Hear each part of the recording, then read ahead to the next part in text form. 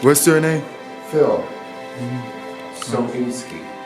How often do people show up to this museum? We're open to the public Saturdays 10 to 4, and by appointment Tuesday through Friday. So we get a lot of school groups, social organizations, university students coming for a variety of different types of tours, as well as different events and classes. So we always have an array of different things happening for them. Good to meet you. Usually for elementary, we go through K through 12 for homeschoolers. And we have a Ben Franklin show we do for them. And we instruct all the students to be seated by a chair where there's a card or cards, and then they sit down, they become actually deputies from that state.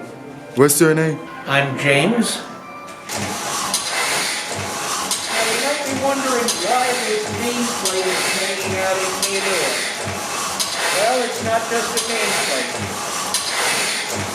These were invented a little before 1920, and they were made with a steady stream of improvements from the 1920s up until about the 70s or 80s. This was one of the first improvements. They found that press operators were doing what comes naturally to press operators. Leaning over the delivery rack to see what was coming out. If they were lucky, they walked away with a fencing scar. This stops that from happening. And if you move it aside, it stops the press and it locks out the clutch. So it won't move until you put it back. Wow.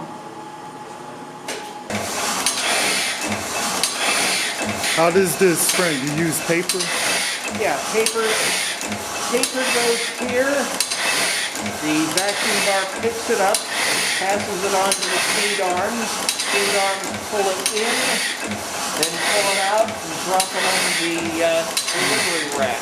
Where you place the ink at? The ink.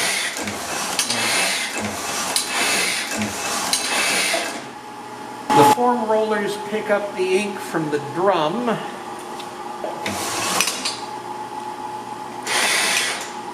The tight form goes here. If you're using the fountain, you put the ink right here.